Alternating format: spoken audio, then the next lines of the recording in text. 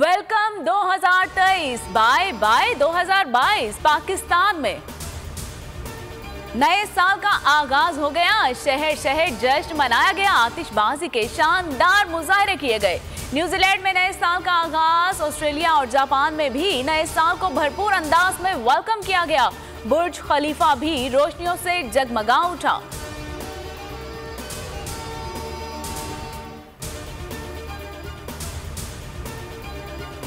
साल 2022 बदतरीन और बेहतरीन रहा। एक जमहूरी हुकूमत को बैरूनी साजिश के जरिए हटाया गया, मुल्क को चोरों के एक ग्रुप के हवाले किया गया। इसी साल में मैंने पहली बार पाकिस्तानियों को एक कौम बनते देखा। इमरान खान का ट्वीट।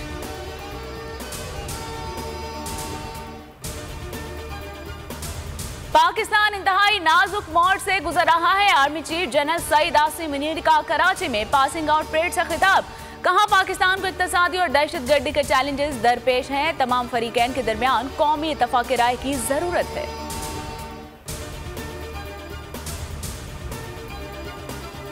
साल 2022 पाकिस्तान पर भारी रहा। कौम के सबसे मकबूल लीडर को साजिश के जरिए इक़्तिदार से हटा दिया गया। इमरान खान पर कातिलाना हमला हुआ। बोल न्यूज के एंकर अरशद शरीफ के बेईमाना कत्ल ने कौम को हिलाकर रख दिया। आजम सवाती, शहबाज गुल के खिलाफ भी इंतकामी कार्रवाइयां की गईं। सैलाब और दहशतगर्दी के वाकयात अवाम के नसीब में आए। 2022 बोल का साल। बोल ने रेटिंग और व्यूज के तमाम रिकॉर्ड तोड़ दिए। टीवी और सोशल मीडिया पर सबको बहुत पीछे छोड़ दिया। सियासी मामलात से सैलाब तक सबसे बड़ी कवरेज दी गई। हर इवेंट को हर एंगल से कवर किया। हकीकी सहाफत करने पर बोल पर पाबंदियां भी लगाई गई, लेकिन बोल डरा नहीं, झुका नहीं, बिका नहीं। इमरान रियाज, समी इब्राहिम, सदीक जान और जमील फारूकी टॉप 5 सहाफी बने। बोल ने तारीख की मैराथन ट्रांसमिशन की।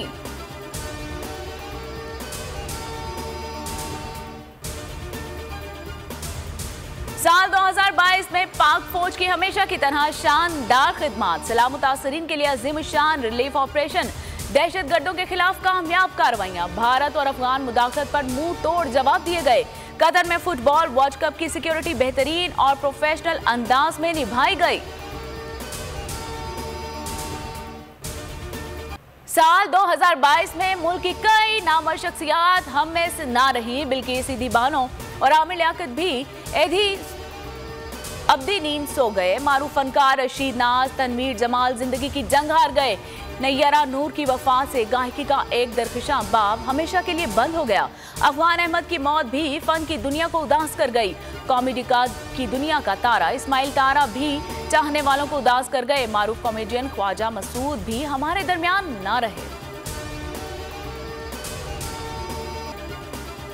कराची में शहरियों के लिए सालिनों की बड़ी खुशी। हुकूमत की सी व्यू समेत तमाम तफरीह मुकामात खुले रखने की हिदायत। साल समंदर की तरफ जाने वाले तमाम रास्ते खुले रहेंगे। मोटरसाइकिल की डबल सवारी पर भी पाबंदी खत्म कर दी गई।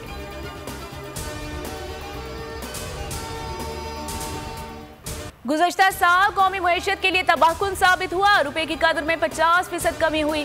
शरह सूद 16% तक पहुंच गई। महंगाई 25% तक पहुंच गई। 20 किलो आटे के थैले की कीमत में 1100 रुपए तक का रिकॉर्ड इजाफा हुआ। 20 किलो आटे का थैला 2600 रुपए तक पहुंच गया। एक साल के दौरान 1 किलो घी 116 रुपए, दाल मार्च 98 रुपए महंगी हुई। बीफ 116 रुपए, मटन 273 रुपए फी किलो महंगा हुआ। प्याज, दूध, दही, सब्जियों और अंडों समेत दीगर जरूरी अशिया भी महंगी हुई।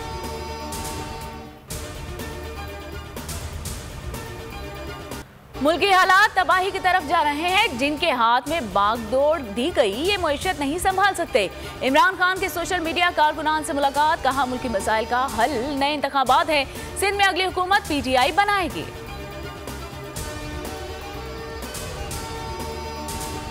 15 जनवरी को कराची का इलेक्शन होगा।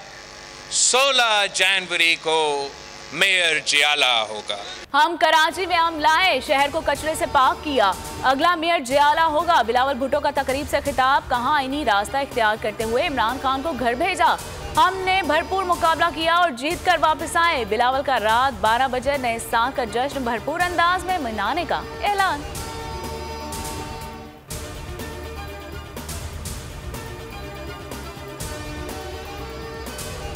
तहरीक इंसाफ ने दारुल हुकूमत में बल्दियाती इंतखाब न कराने पर इलेक्शन कमीशन के खिलाफ इस्लामाबाद हाई कोर्ट में तौहीन अदालत दरख्वास्त दायर कर दी।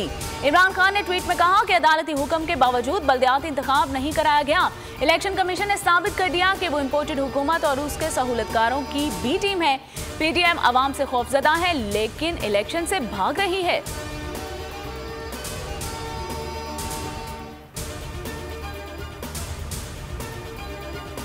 जमहूरियत के दावेदार जमहूरी अमल की तकमील की राह में फिर बन गए दीवार। विफाकी हुकूमत और इलेक्शन कमीशन ने इस्लामाबाद में बल्दियाती इलेक्शन कराने का फैसला चैलेंज कर दिया। सिंगल बेंच के फैसले के खिलाफ इस्लामाबाद हाई कोर्ट में इंट्रा कोर्ट अपीलें भी दायर कर दी गईं। अपीलों को डायरी नंबर्स भी लग चुके हैं। कराची में पीटीआई के खिलाफ नया मुहास, मुत्तहिद होकर मुत्तहिद रहने की कोशिशें। गवर्नर सिंध कामरान जसूरी फारूक सत्तार के घर पहुंच गए। कहते हैं मेरा मकसद सिर्फ और सिर्फ जोड़ना है। अपनी गलतियों की वजह से ताकत को खो बैठे हैं। इमरान इस्माइल ने रद्द अमल में कहा कि ये चलते हुए कारतूस हैं, इनको इकट्ठे होने से कोई नहीं होगा।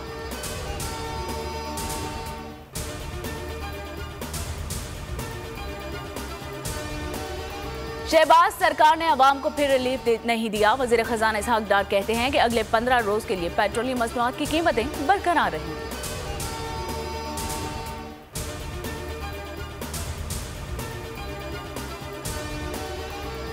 मुआशी सूरत हाल मजीद गंभीर। ज़र मुबादला के ज़खायर में 21 करोड़ 12 लाख डॉलर्स की मजीद कमी। स्टेट बैंक के ज़खायर कम होकर 5 अरब 61 करोड़ 40 लाख डॉलर्स रह गए। वजारत खजाना के मुताबिक एक साल में ज़र मुबादला के मजमूई ज़खायर 12 अरब 62 करोड़ डॉलर्स कम हुए।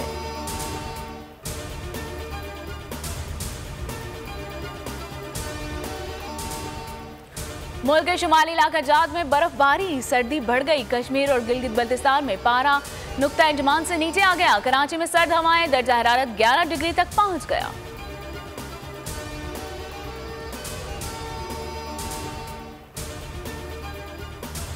साबिक पाक बैनी डैकेट 95 बरस की उम्र में इंतकाल कर गए। बैनी डैकेट की आखिरी रसूमात पॉप फ्रांसिस की ज़ेरे निगरानी वेलिंगटन सिटी में अदा की गई हैं।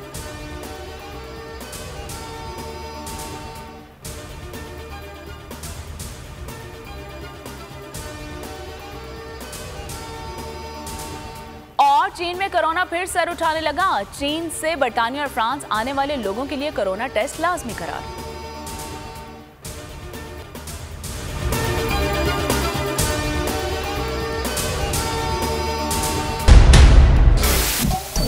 सबसे बड़े चैनल बोल न्यूज के एंकर मखदूम शहाबुद्दीन के प्रोग्राम अब बात होगी ने रेटिंग के तमाम रिकॉर्ड्स तोड़ दिए। मैं हूं मखदूम शहाबुद्दीन और आप देख रहे हैं अब बात होगी। 46% नाजरीन ने बोल न्यूज को देखा। सोशल मीडिया पर भी सबने ज्यादा देखा। सब्सक्राइब करें और बेल दबाएं ताकि कोई खबर रह न जाए।